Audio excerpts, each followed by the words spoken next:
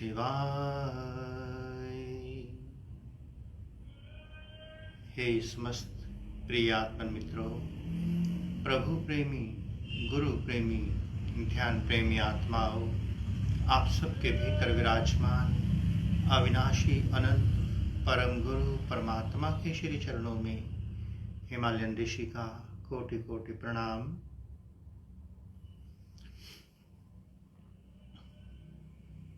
प्यारे साधकों, प्यारे मित्रों,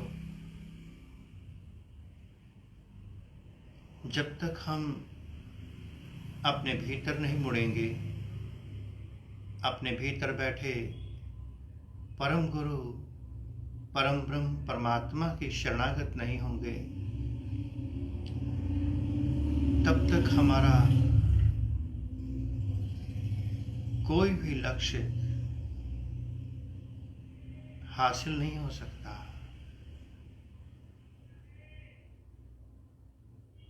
प्यारे मित्रों, हम सभी साधक अनंत काल से भीतर की प्यास को तृप्त करने के लिए बाहर के गुरुओं के पीछे भागते रहते हैं, कभी बाहर के तीर्थों की तरफ भागते रहते हैं,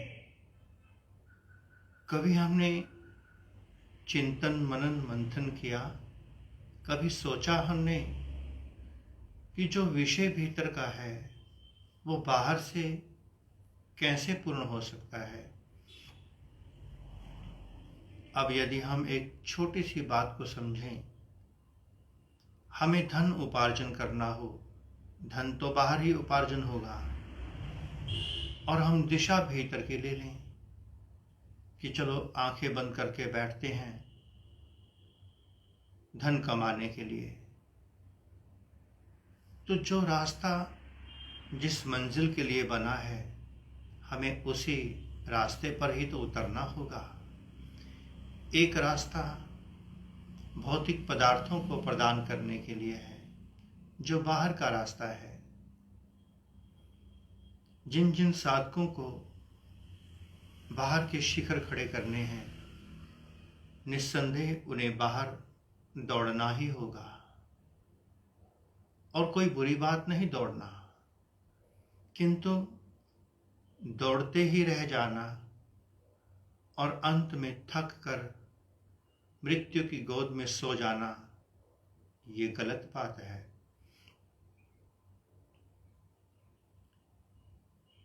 इसलिए बाहर की ओर दौड़ना कोई बुरी बात नहीं, किंतु बीच में समय निकालकर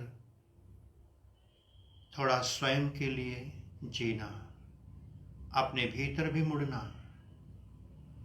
बाहर का मार्गदर्शन चाहिए तो बाहर का मार्गदर्शक मिल जाएगा। बाहर के शास्त्र पढ़ने हों, बाहर के शिखर खड़े करने हों, डॉक्टर, इंजीनियर, साइंटिस्ट कुछ भी बनना हो, तो बाहर के मार्गदर्शक, बाहर के मास्टर, टीचर कदम कदम पे हमें मिलते चले जाएंगे, कदम कदम पर। अब यदि हम बाहर के मार्गदर्शक से भीतर का रास्ता पूछें, अगर उसका अपना अनुभव होगा, जिसका अपना अनुभव होगा, उसकी बाहर की दौड़ तो होगी ही नहीं। वो जब भी बात करेगा, भीतर की बात करेगा, राम की बात करेगा, उस अनंत परम गुरु परमात्मा की बात करेगा। और ऐसा संत, ऋषि, मुनि, महात्मा, वो भी केवल आपको इशारा कर सकेगा, केवल कह सकेगा कि जो तेरी तलाश है वो तो भीतर की है, और भीतर तेरे साथ, तेरे सिवाय कोई जा नहीं सकता। यदि तुझे भीतर उतरना है तो इशारा कर सकता हूँ, रास्ता दिखा सकता हूँ, केवल बता सकता हूँ, इससे अधिक मेरे बस में नहीं, किसी के बस में नहीं। इसलिए जिस साधक को सच में सत्य की तलाश है, जो सत्य को उघाड़ना चाहता है, सत्य को उपलब्ध होना चाहता है, उस परम गुरु परमात्मा की गोद में बैठना चाहता है, जो समाधि में उतरकर मोक्ष मुक्ति की ओर जाना चाहता है, उसे तो भीतर उतरना होगा। क्योंकि बाहर की देह पंच तत्वों से जुड़ी है और ये पंच तत्वों में पुनः विलीन होने वाली है। इसी पंच देह में रहकर ही आप अपने आध्यात्मिक जीवन का पहला द्वार खोल सकते हैं। पहला द्वार, जिसे हम आत्मज्ञान कहते हैं, आत्म दर्शन कहते हैं। अगर आपका प्रथम द्वार खुल गया तो पुनः से आपको इस मानव देह में आने की जरूरत नहीं पड़ेगी। जो भी बुद्धत्व को उपलब्ध हो गया, जिसे बोध हो गया, वो पुनः से इस देह में नहीं आता। बुद्धत्व के बाद आकाश तत्व की यात्रा होती है प्यारे साथ को। उसके लिए किसी देह की आवश्यकता नहीं पड़ती। जितने भी बुद्ध महापुरुष हुए, भगवान बुद्ध हो या भगवान महावीर हो, केवल ऐसे भगवान जिन्होंने तप में उतरकर पाप पुण्य से दूर जाकर के ऐसी मुक्ति प्राप्त की जिसके बाद पुनः से उन्हें मां की कोख में नहीं आना पड़ा, ऐसे सिद्ध महात्मा सिद्धत्व की यात्रा पर उतरते हैं आकाश तत्व को लेकर। क्योंकि शेष चार तत्व यहीं रह जाते हैं, यहीं पर पृथ्वी, अग्नि, जल, वायु, किंतु आकाश तत्व आपके साथ चला जाता है। आप समझते हैं कि जो जो बार बार मां के पेट में आ रहे हैं, चाहे वो भगवान हो, बहुत ऊंची श्रेणी में है, जो मुक्त हो गया, जो पाप पुण्य से, धर्म अधर्म से मुक्त हो गया, सारे पाश से मुक्त हो गया, फिर वो कभी भी इस देह में नहीं आता। उसे कोख नहीं चाहिए माँ की, माँ का गर्भ नहीं चाहिए। वो एक ऐसी यात्रा पर उतर गया जिसे हम सुपरसोनिक यात्रा कहते हैं। और ये यात्रा इतनी आसानी से हाथ नहीं लगती। जब तक हम साधक बोध को उपलब्ध नहीं होंगे, बुद्धत्व को उपलब्ध नहीं होंगे। बुद्धत्व कोई छोटी घटना नहीं है। करोड़ों करोड़ों में एक, हजारों वर्षों में कोई एक बुद्ध हो पाता है, महावीर हो पाता है। भक्त होना अति सरल है, क्योंकि भक्त दो के साथ, दो के बीच में खड़ा रहता है, किंतु बुद्ध बिल्कुल अकेला होकर उस एक से भी परे चला जाता है। जिस साधक को बुद्धत्व की ओर बढ़ना है, उसे अपने भीतर बैठे परम गुरु परमात्मा से जुड़ना ही होगा। आप सोचें कि हम बाहर के गुरुओं से जुड़ते चले जाएं, बाहर के तीर्थों से जुड़ते चले जाएं, सुंदर है, बुरा इसमें भी नहीं, किंतु बाहर का गुरु क्या आपकी बाह पकड़कर आपको भीतर मोड़ने वाला है?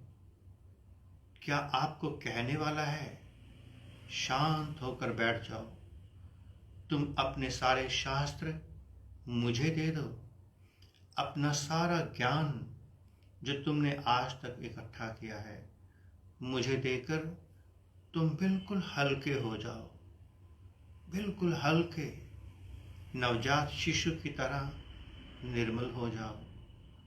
अगर कोई ऐसा संत, ऋषि, मुनि, महात्मा आपको मिल जाए जो आपको ज्ञान की नैया से उतारकर ध्यान के सुपरसोनिक जेट में बिठा दे, तब उसके चरणों में समर्पित जरूर हो जाना, क्योंकि उसकी ऊर्जा, उसका ऑरा आपके अंतःकरण को बहुत तेजी से धोएगा। धोएगा नहीं, स्वतः धुलेगा। अगर ऐसा कोई संत, ऋषि, मुनि, महात्मा मिल जाए, समझना आपके कई जन्मों की तपस्या फलित हो गई, अन्यथा नहीं मिलता। जो भी मिलेंगे आपको कोई शास्त्र पकड़ाएंगे, कोई ज्ञान, कोई किताब, कोई मंत्र, कोई क्रिया, अर्थात आप पहले से ही जानवर प्रवृत्ति का जीवन जीते आ रहे हैं। दूसरा समझता है कि ये पशु है, इस पे और लादा जाए, ये ढो सकता है। वो दया नहीं करेगा, आपका उपयोग करेगा। किंतु जो भीतर से जागा होगा, संत, ऋषि, मुनि, महात्मा, कोई बुद्ध महापुरुष, वो आपको जानवर नहीं बनाएगा, आपको और बोझ से नहीं ला देगा। जो बोझ आपके सिर पर है, वो उसे धीरे धीरे उतारेगा और आपको पंख प्रदान करेगा ध्यान के, ताकि आप आकाश में उड़ सकें, समाधि में उतर सकें। अगर आप ज्ञान से लदे रहेंगे, ज्ञान से भरे रहेंगे, तो क्या होगा? ध्यान में बैठेंगे, नेत्र बंद करेंगे, कोई कथा, कोई कहानी, कभी किसी महात्मा की, कभी किसी की, कभी किसी की, वो अंदर चलती रहेगी। आप किसी बुद्ध महापुरुष के पास, किसी गुरु के पास खाली होने की प्रक्रिया के लिए गए हैं, और यदि वो खाली होने के नाम पर आपको और भर दे, आपका तो नुकसान हो गया। जहां आपको खाली होना था, भरते चले गए। इसलिए प्यारे साथ को थोड़ा विवेक जगा लीजिए। ये प्रकृति, ये परमात्मा बार बार हम सबको अवसर नहीं देते, अवसर नहीं देते। ये जन्म आपको मानव देह मिली मोक्ष, मुक्ति की ओर जाने के लिए, ध्यान में उतरने के लिए। ज्ञान बुरा नहीं, ज्ञान एक आंगनवाड़ी का स्कूल है, जहां आपके मन को लगाने के लिए अनेकों आयाम हैं। आप बुद्ध की कहानी में नहीं उलझे तो महावीर की कहानी में उलझा दिया, रामायण में नहीं उलझे तो भागवत में उलझा दिया। अर्थात बच्चा रो रहा है, डिस्टर्ब कर रखा है चारों तरफ के वातावरण को, उसके सामने 50 खिलौने रख दिए गए, 100 खिलौने। थोड़ी देर एक से खेलता है, मन भर जाता है, उसे फेंक देता है, दूसरा उठाता है, तीसरा उठाता है।